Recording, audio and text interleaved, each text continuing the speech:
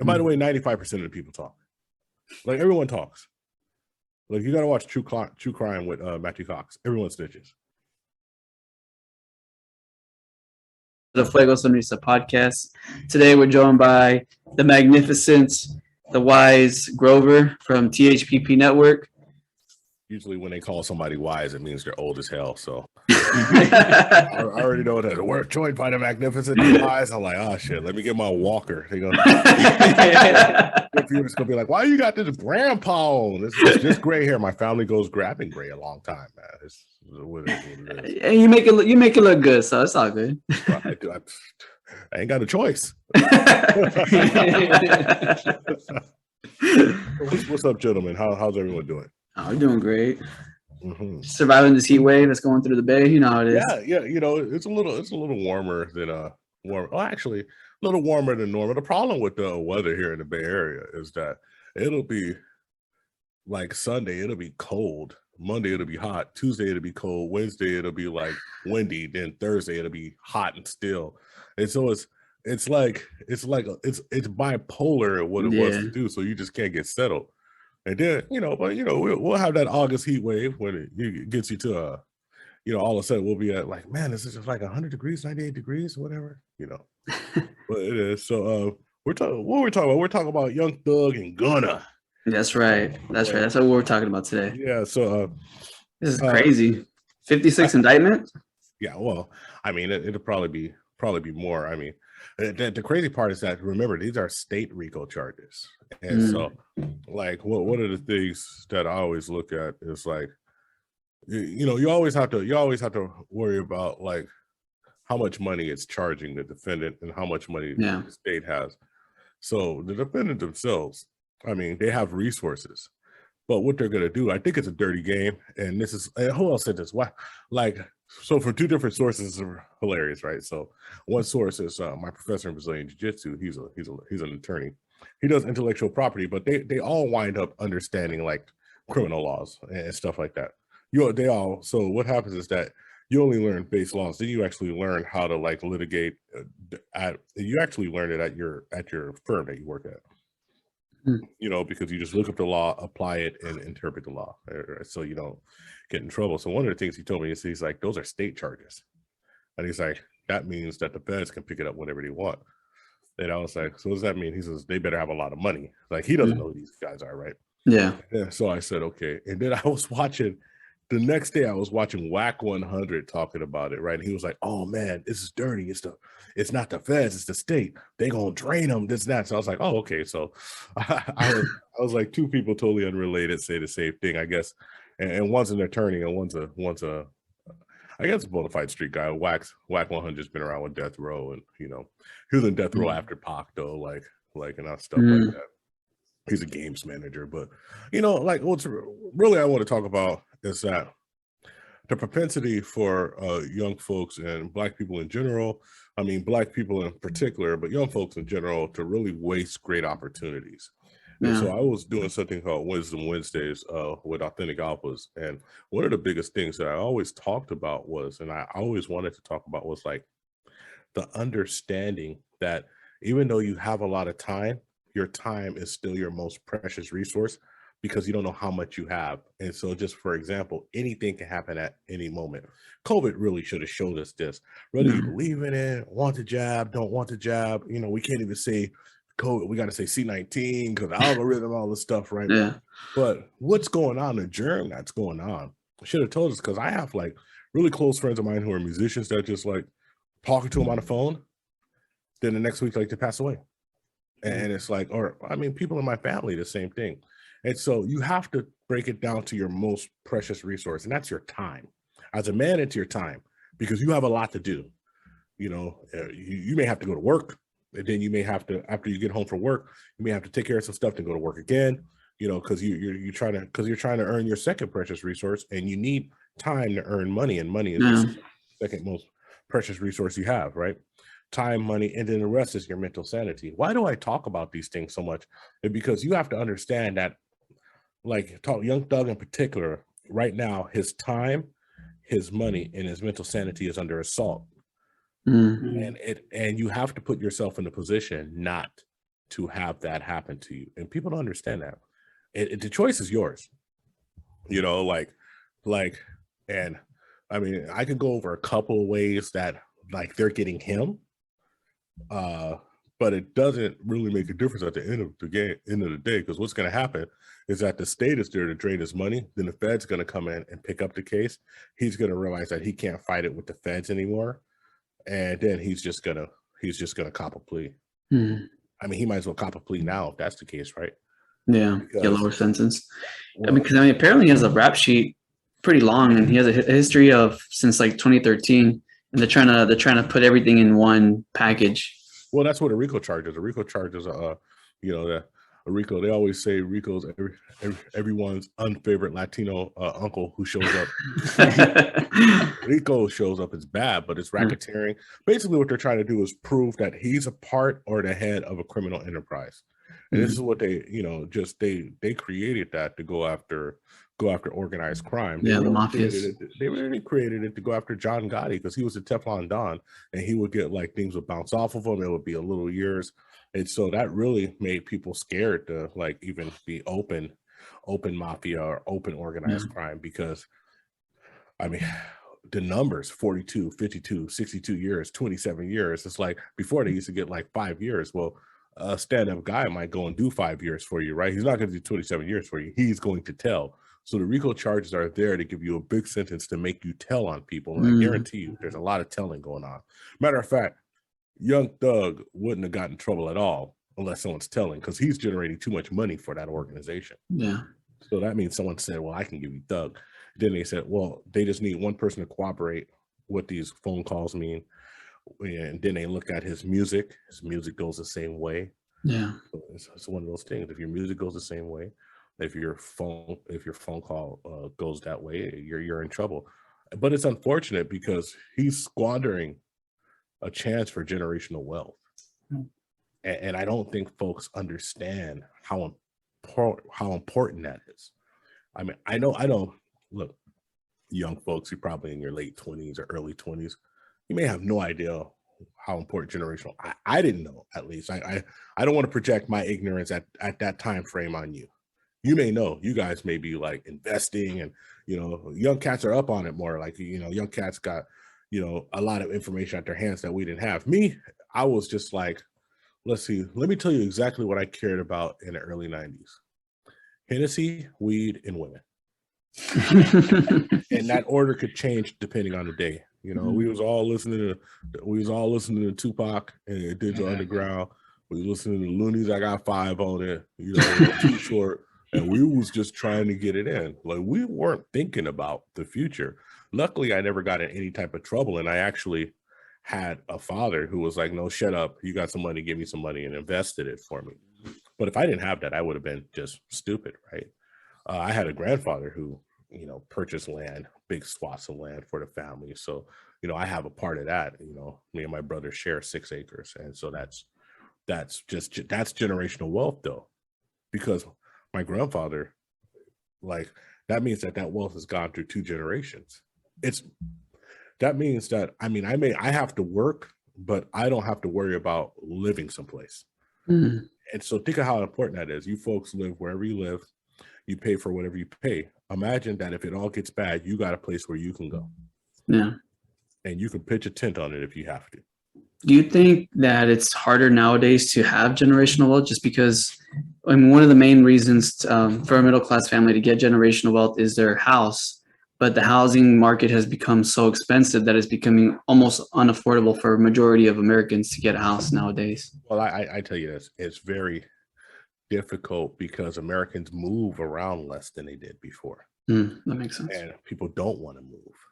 You know, the most important thing to understand is that you need to go where you can get it. So, like, you know, you live in Northern California. Northern California is what, if not the top 5 most expensive places in the United States to live. Yeah. But Idaho isn't. The problem is, who wants to live in Idaho? That's the problem. That's the problem. The mentality. Well, what am I going to do in Idaho? What am I going to do in Iowa? What am I going to do in Oklahoma? What am I going to do in Arkansas, Alabama? What am I going to do there? Well, especially when like so many folks who work remotely. So really what you're saying is that you don't want to live there because you don't want provision, you want luxury. You want the luxury of, you know, hey, look at my background. That's luxury, man. The luxury of driving to the city, you know, drive across to Oakland, drive to the city, go down to the wharf, this and that, and that. By the way, the city's pretty dirty when you get up close to it. Back in the day, it was super clean, right? Not super clean, but it was clean enough. Just the tenderloin was bad, you know, and go this and have the people around you and eat.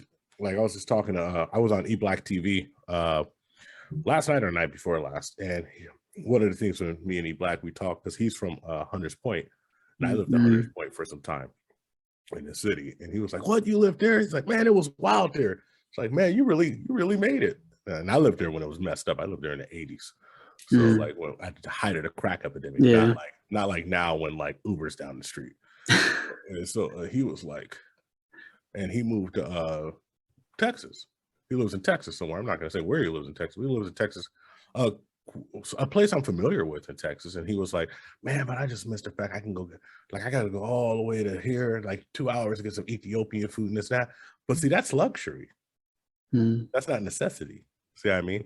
Yeah. So that's one of the reasons why it's so hard to have generational wealth. Do you want to go where it's inconvenient for you and build that up? And so that's one of the things. Now, Young Thug is on a different. He has an influx of money. He can do shows. He can really do. He can probably live anywhere he wants to live. If he wants to live in Metro Atlanta, I know he was in Atlanta. You know, he wants to live in Atlanta and Buckhead or some place like that. Buckhead's the nicer area of Atlanta. You know, then he can do that. The problem is that he's squandering that away because no matter what, he will leave this broke. Even if he gets away with it, he will leave it with no money. He will leave it with no money and in debt. That's the way the system's designed. And it's disappointing because he has children, he has things to do, and they're going to use his content against him. Your content is very, I mean, you can't come out here wilding like one of the things that like I was telling you guys about backstage is that like we have like a code of conduct, and one of them is don't beef with people. Don't beef. It doesn't make sense. Beefing with somebody, something happens to them, and I'm sitting here wilding on banging like Tupac on Hit 'Em Up, and then they're gonna come and talk to me, right? And so it doesn't make sense to that. The other thing is like when you do a collaboration with somebody, if the collaboration is uncomfortable, leave. Like you're literally not stuck there. It's a button, right? So if it's a button, I can just leave. So like if I'm talking to somebody starts talking about stuff, and like usually it happens where people start arguing and stuff I don't agree with. I'm like, all right, guys, I'm just drop out. I don't need to be on that. I don't need to be. I've stayed through arguments before where people were arguing and they start like going in on everybody or going in on me. And I'm just like, well, now you're going in on me. I have nothing to say about this. So you're not even upset at me. You're just calling me, you're just challenging my integrity because I'm not going against somebody that you want me to go against. Or I'm just like, I don't even know what's going on. Like, what do you mean that? And so like, if it gets uncomfortable, leave. And it's the same thing in the real world, right? You know, because this is virtual, same thing in the real world. You should do the same thing if you want to drop some things of wisdom. I mean, you know, so that's the thing that do you think he just gets caught up in the being a rapper? Like, you know, you kind of you have to personify yourself a little bit. You have to have a certain image. You have to have a certain street style. So do you think he got kind of caught up in all that? Drake doesn't have to do that. Does Drake have to do that? Does Future do that? No, good point. They're huge, right? You know, there's Lil Wayne. What's Lil Wayne? Like Lil Wayne's been in trouble before, but Lil Wayne's not talking about shooting people anymore. You're old. You know, it's like you're like, here's a deal, and here's an absolute deal. No matter what you think that you have to get caught up in something, you really don't have to. Now, I can tell you what's happening just from my exposure to the music industry. I can tell you that he's probably behind the scenes. His record label probably wants them to do that. Probably has a 360-degree deal with those folks, meaning that like merchandise, tours, and everything, they touch it before you get it. They also get you a lot more, but they get you more so they can get more. You know, before you said go and book your own shows and the label wouldn't have nothing to do with it, but you keep all your show money. That most people survived off of show money. That's why a hit was so important to them. You know, now a hit's not important because a label will send you out there anyway. You'll get on the music festival scene without hits, you know. So then that way you're getting in front of a lot of people, you're getting that money. So his label's probably telling him to keep that image up. But I mean, the label ain't going to jail with his ass. Yeah, that's the truth. I mean, you know, like I wanted to talk about this, but man, when I seen that it was a state RICO charge, and most people don't understand that what can happen, that's the biggest thing. Like, you know, anybody who listens to me, open your eyes. They are just there to drain that man's money. That's it. No offense or buts. They want his money. And I'm guessing they have a history of doing that. Yeah, they do it. They do it. Well, the feds do it all the time. What the feds usually do if they have a really strong case, they just pull you in and they say, listen, we're the feds. We are going to give you about 72 years. So you need to start talking right now. Whoever talks first wins. And all of the folks who don't snitch, they're the last ones. They would have snitched, but when they got around to snitching, everyone else already snitched. So like, come on, man, you're getting football numbers. No, I'm built. I love this. I'm built different. You guys don't know me out here like that. I'm built different, man. I'm outside.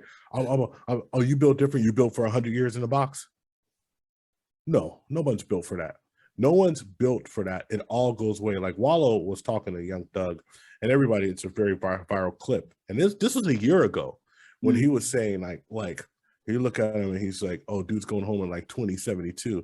And all of your homies and the thug stuff and everything's gone away, and the bitches and all of that's gone away, because you realize that the last time you hugged your mom, you're never going to be able to hug her again. Because if your mom is 40 and you're getting out in 45 years, chances are she's dead. Yeah. You know, so I mean, when I talk about stuff like this, because I do a lot of mentoring and I always wind up mentoring not so many at-risk youth now, but before I was mentoring at-risk youth through martial arts. And I would always wind up telling them, I'd be like, you got to understand that it's only you can preserve what you love in this world and live with what you love. It's not my job. So it's not my job for you two gentlemen to make sure that you guys stay out of jail. That's your job. It's not your dads, your uncles, your moms. It's not you two, each other don't even owe it to each other to make sure the other one stays out of jail. That's a totally individual point to make. That's an individual responsibility. There are some responsibilities that just fall to individuals. So if we talk about pure self-improvement, stuff that just falls to individual, you really got to take accountability and really, like, at the point of attack, say, no, I just can't do it. It's just like when we're dealing with when I'm dealing with like content creators, and like I kind of know some people behind the scenes. Like, I got to take accountability if I represent somebody and I say, hey, why don't you go on these folks' show as a favor? Do they go on their show and they get like ambushed? It's my fault. Yeah. I mean, and I could be like, well, I didn't know that was going to happen, but like, how many people are going to let me suggest anything to them when that happens? Yeah. You know, so I have to hold myself accountable and say, okay, what do I know about these folks? What do they have to lose? What's going to come of this? Okay, I'm done. You know, and so I'm very like, I'm in that aspect. You'll find it very hard to get on like bigger platforms. You can get on a lead attorney's platform. He'll drop the link for you. You ever watch the TLA? I know about him. Lead attorney, yeah. But I don't know much about him, but I know who you're talking about. Yeah. Excellent content creator out of Atlanta. He actually put our channel over to 1,000 subs. Oh, nice. Years, he stopped everybody and said, hey, I like the Tip Network. I know these guys, they're quality. I'm not going to move my show any further. They need 25 subs. And then we got like 200 subs. Nice. There you go. Put us over 1,000, and it was actually, we got monetized like a month after that, 2 months after that. There you go. Man, that's dope. I was so cool for that. Yeah. I mean, we've been grinding for 3.5 years, man. 100%. Yeah. So it's like we had to learn all these lessons ourselves. Like even the way, like, I would have to talk about this on a tip network very differently. I would have to like show clips, make a couple of jokes, talk about discipline. We really have to like Trojan horse it in. But, Yeah.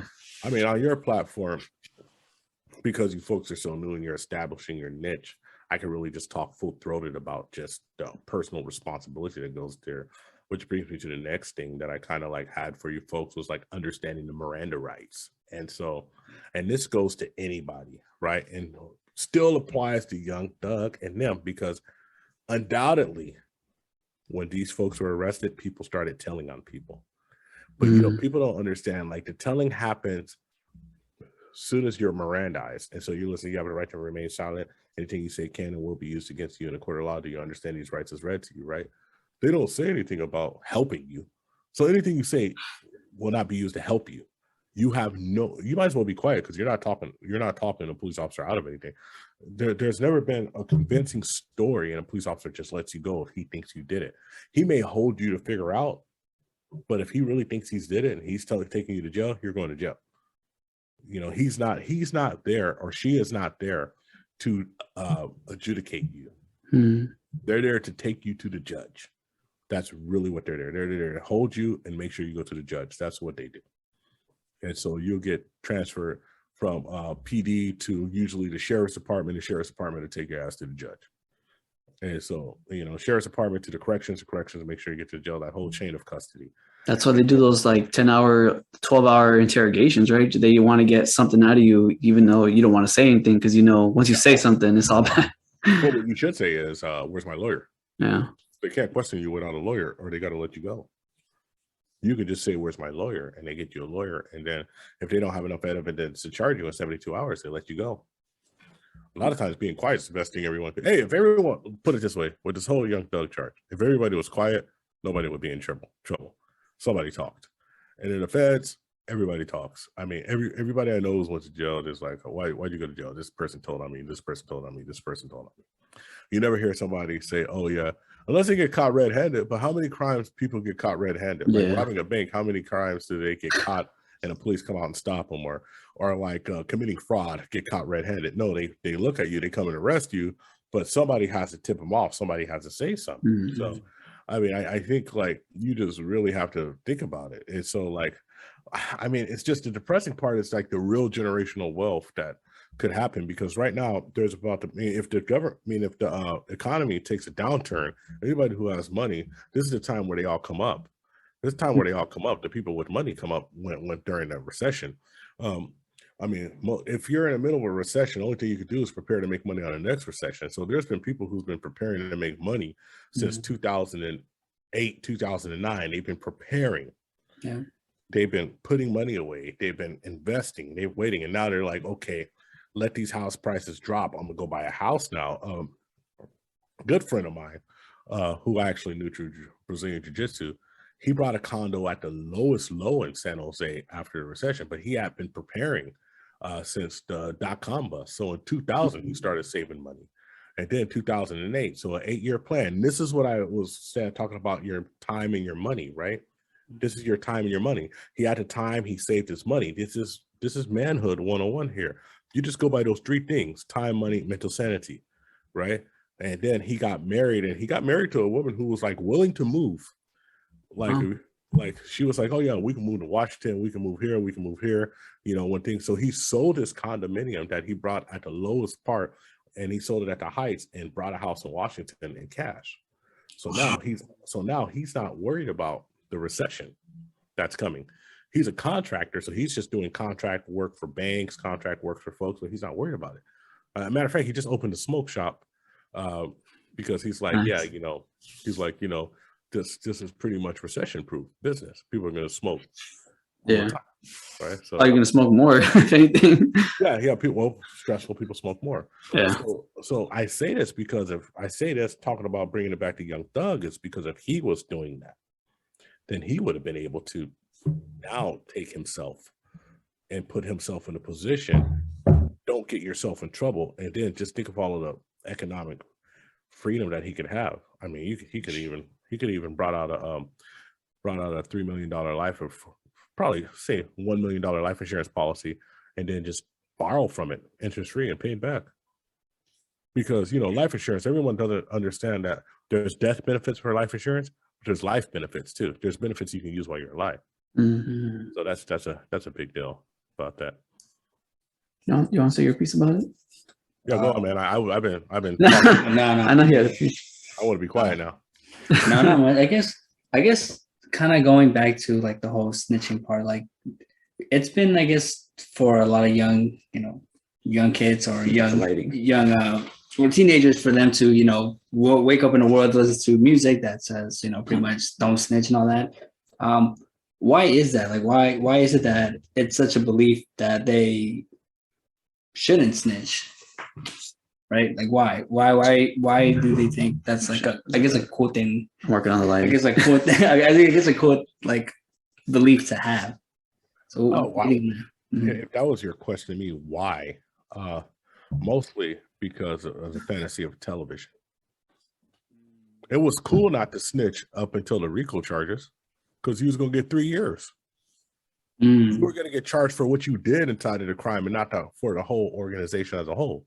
So let's just say, man, look, dude, I'm a part of this group, but I just go in here and steal. I just go in here and collect money from these folks and give it there. So I'm just extorting. I'm not even extorting that much money. I'm just running that, just not. But no, so you get charged for 2 years for that when you get busted for it. And they can't even really prove that you extorted it. They can't prove that you're in charge of anything. You just have money, you keep your mouth shut. And so then you maybe get caught, like, I got caught with a little heroin or something. And, and so then you go to jail for a couple of years. First time you did it, you just keep quiet 5 years, whatever, right? That's different. So yeah, let's not snitch. But the thing is, that whole not snitching stuff doesn't exist anyway, because everybody's snitching when they get 50 years. Everybody is. Bro, I'm 48. I'm not doing 50 years. I can't do 50. I can't. You mean to tell me I get to get out at 98?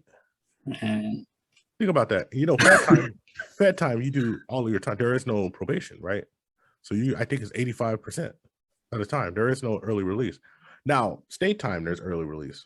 So even if you get charged 25 with the state, so you're eligible after, let's say you get 25. Well, 25 to life means you got to do 25. So even having to do 25 is tough, right? Yeah. I mean, imagine what happened. Imagine what happened. A quarter of your life. Yeah. If you live that long, imagine what happened in the last. Imagine how technology has changed in the last decade. So let's see. Sheesh. Look at the phone. Look at the cell phones. Yeah. Right. They just, like in the last decade, well, people still use Blackberries, right? Mm-hmm. I mean, so people use Blackberries. Oh man, It was the end of the BlackBerry era, and then the introduction of the iPhone. Right. So what exactly is going on, or what would go on in 25 years? I can tell you 25 years how it's changed. You know what didn't exist 25 years ago? Let's see, 25 years ago, how technology changed. The internet was crap. There was dial-up. You had the brick cell phones. Yeah. The old ones with the antenna. Oh yeah, the older ones. You had the brick cell phones were until 99. What about the Razr? You had the Razr. Yeah, well, that was past 2000. Oh yeah, that's really. That was past 2000. But no, brick cell phones, because I got my first brick cell phone in 91. Sick. Yeah, we had the first brick cell phone. That shit was hell expensive. It was like $5.50 a minute. Ooh. Bro, we got a bill. Me and my cousin, we got a bill for like $200, and we didn't really talk to nobody. I was like, you know what we gonna do? What? I said, we gonna pay this off and never use this again. We paid it off, and we paid it off. We sold it. Yeah. Well, put it this way: 20 years ago. So let's say 25 years ago. That's 1998. So there was dial-up, but the internet. There was no Facebook.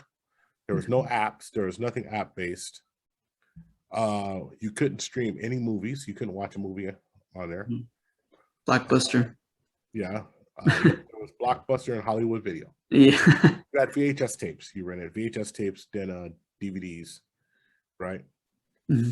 And actually, Hollywood Video and Blockbuster both ran themselves out of business by charging exorbitant fees if you don't get it back by 5 o'clock, it would be late, and then they would charge people occasionally that you didn't need the fees for. You turn it in and you get charged even though you turned it on time. They didn't believe you. So I mean, it was that type of stuff going on, right? Now think of how cars have changed.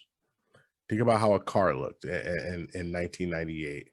And think about how a car looked now, and don't even think about how they look. Think about how the interior of a car, the electronics of a car has Very changed. different. Yeah, electronics for sure. Right. Now imagine coming out of jail in 2022 and last time you were on the street was in 1998. Cool. 1997. Tupac You jump to the future. Tupac died the year before. So remember, you haven't seen nothing. So like if somebody gave you a cell phone, you wouldn't know how to use it. Right? You wouldn't know you wouldn't know how to write the bus system because all of the numbers have changed. You wouldn't know how to you wouldn't know about Venmo, Cash App, Uber. It would just be impossible. So that's why people snitch, because they start thinking about that. Now think about this. You have a 1-year-old son or a 2-year-old son, and you start thinking like, man, I ain't gonna see him graduate from high school or elementary school. My lady, she gonna be doing me dirty with all of these dudes. She probably gonna get with some dude I hate. He gonna be around my kid, whooping my kid's ass. Because dude, trust me, when you be looking at that kid, that dude gonna look at your kid, especially when they're young. It's different if your kids are like 16 or 17 because you don't have to deal with them. 16 or 17, it's like, well, you just take your grown ass in the room and just don't talk back to me. But like, you got a 2 or 3-year-old walking around, and you just got to look at somebody's nut walking around and look at you. So somebody else's sperm talking shit to you. That's how they look at it. So you're like, hey, little man, you want to do this? No, you little motherfucker, I don't need to feed your ass. You ain't mine. So like, so you really did that. So yeah, man. I mean, I know I want to make it funny because it's funny. That's a Patrice O'Neal joke, by the way. That's not my joke.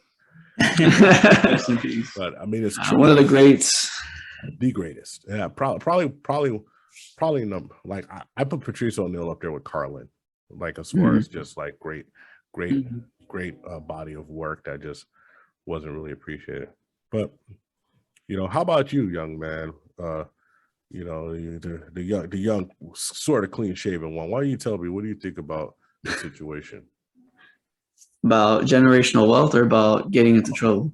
About getting into trouble and how it can stop generational wealth. Well, I think you said it best where you said nobody's responsible for your actions. I mean, your actions are, you decide the people that you hang around, and those decisions have consequences. So, I mean, if you decide to hang out with a bunch of, people that are going to get into trouble, well, guess what? You're just guilty by association. So, try to hang out with people that are doing better than you can, and try to get into people that are just always learning, always growing.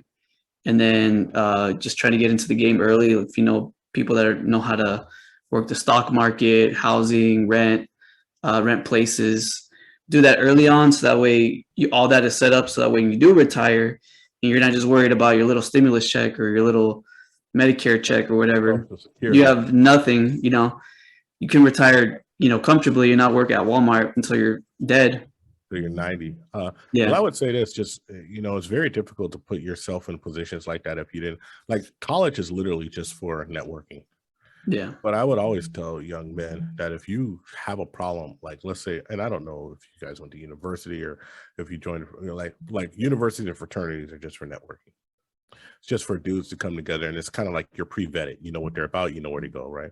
But if you're in that situation where you don't know where to go, you have to go to places where people intersectional, where it's just going to be like everyone has to go there. So like I know folks who like literally got into like the trades from working at a grocery store.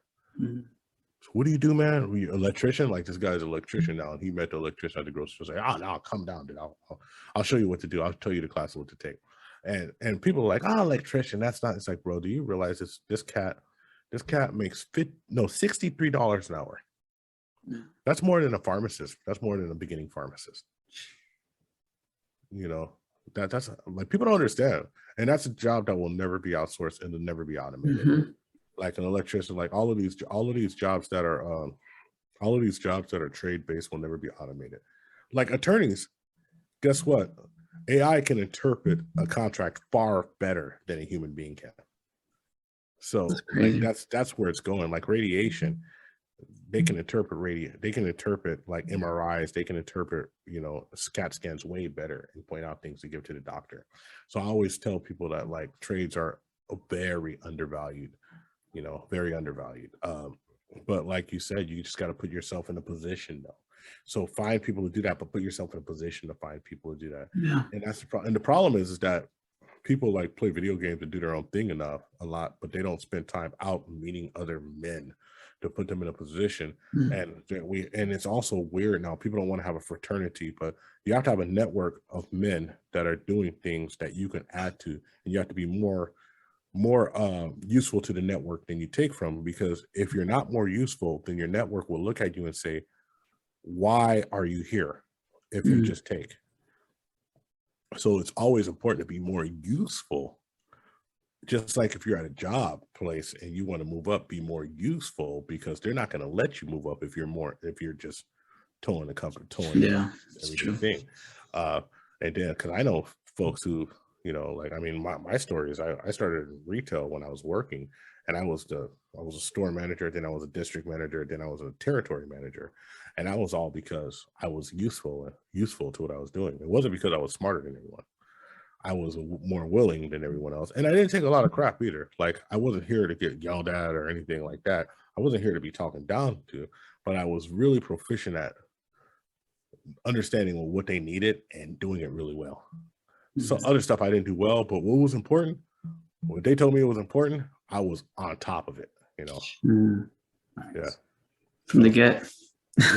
yeah, man. So guys, it says we got a couple of minutes. This was fun though. I hope I didn't. I know it probably wasn't what you expected, you know, but I really wanted to, you know, I think it's important to give as much self-improvement as you can and more, and to learn lessons. Like, what can you learn from stuff like this? Like, what can you learn? Like, I think everybody should take away from when you see somebody who's in a public space and they have an opportunity. Look, I'm not counting his pockets. I don't know how much money that Young Thug has. I don't know how much money Gunna has, but what I do know is that they are in a position to have a lot of money. And if you're in a position to have a lot of money, it all goes away if they go to jail. Their kids don't get it. You know who gets it? You know who's going to get all their money? Government. Lawyers. Yeah. Lawyers. And then they're going to get, a state's going to levy a fine, or the Fed's going to levy a fine. So when they get out, they're going to be paying that forever. So like, it's just, think about that. So you do your time. Let's say you snitch it up and you get out in like 5 years. Then they come out and they say, okay, great job, but you owe us $300,000 restitution. Damn. How the fuck do you do that? How do you do that? You are never paying it off. You're never going to have money. So you went from being in a position to give at least $300,000 to your children, at least, to giving your children nothing. And that's the problem I have with that Young Thug case.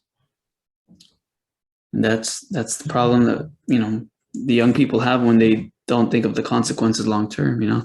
Yeah. I mean, old people too, though. I don't want to throw young folks under the bus, because old people do dumb shit. I think people in general really got to understand that. Really. All right. Thank you for coming by. We appreciate you. Yeah, fellas, appreciate me. Reach out to me on the back end. Reach out to me on Instagram, and you know, we could talk about your channel some if you want to. If you need ideas, or some people just want to thug it out. If you want to thug it out, then, you know, I don't want to give unsolicited advice.